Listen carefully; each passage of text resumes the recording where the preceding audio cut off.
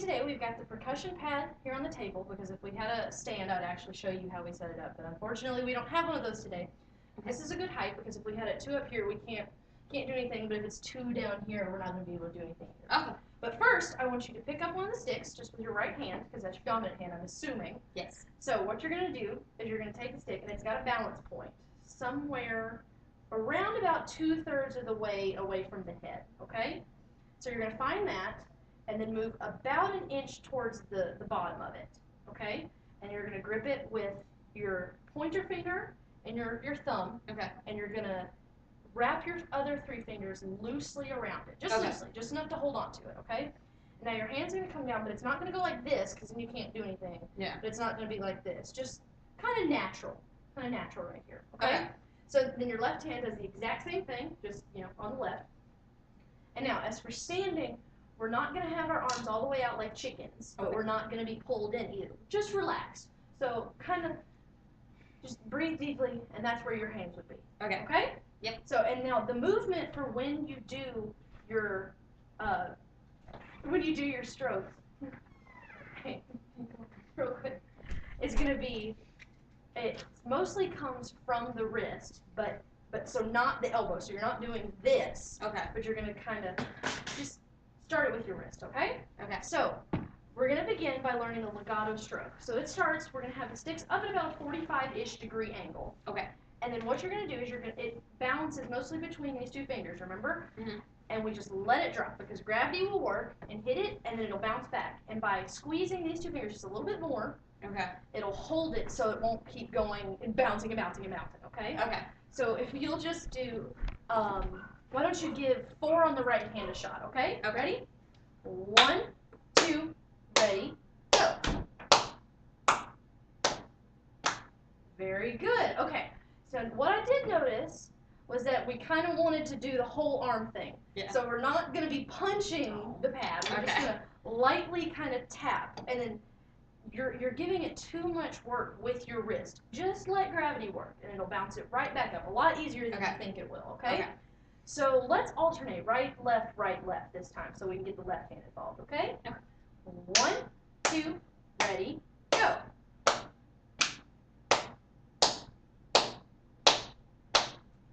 Very good. Okay, now how did that feel to you?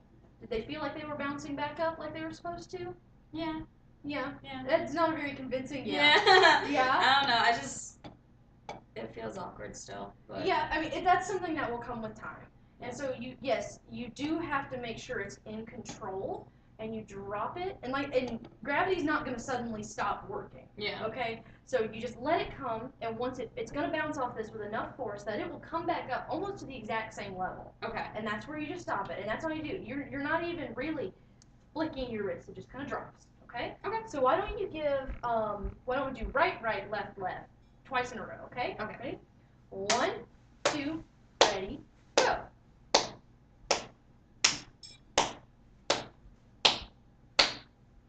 Very good. That's looking much better, okay? Okay. So now we're going to move on to what's called the buzz stroke.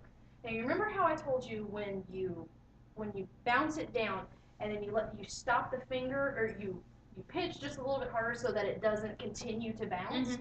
Well, we're going to make it continue bouncing. Okay. Okay? Okay. So, but the way we're going to do that, because normally if you would drop it, it would just kind of go, it would just take forever and just bounce. But what we're going to do is we're going to kind of push back a little bit with your pinky or your ring finger, whichever one's easiest for you. Okay. And it will stop it from doing the slow. Okay? So you kind of push back against it, so it's going to make a lot of buzzing. Now, there's not a specific amount of buzzing you have to do, just as many as you can get in that time frame, okay?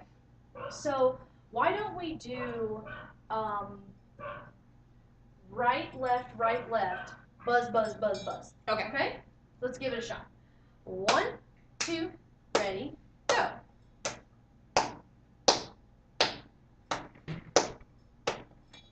Now, how does that buzz feel? It doesn't feel tight. It feels like it's bouncing too high up. Okay.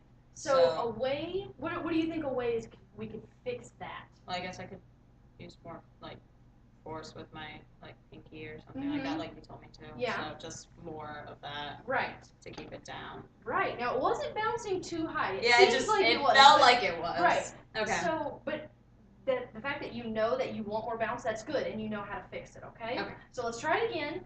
And why don't we give number 7 a shot? Okay. Okay. So when we have the quarter note with the little stick on it and it's got the Z across the stem, that means you're gonna buzz it. So it's gonna be right, left, normal, and then buzz, buzz, buzz, buzz. Okay. All right.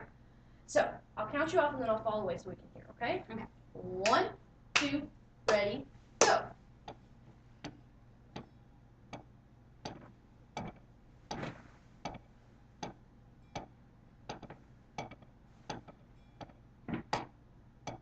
Very good. Now your buzzes take a second to get going, but that's okay. Okay. And so it is a transitional thing. That's something you have to practice. But it's a matter of trying to get that pinky involved as soon as you can, so it doesn't have a second to go bounce, bounce, like you want it to. Okay. All right. So why don't we give it one more shot? Ready?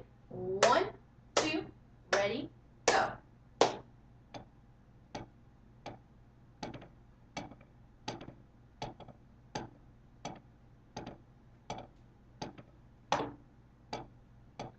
Very good.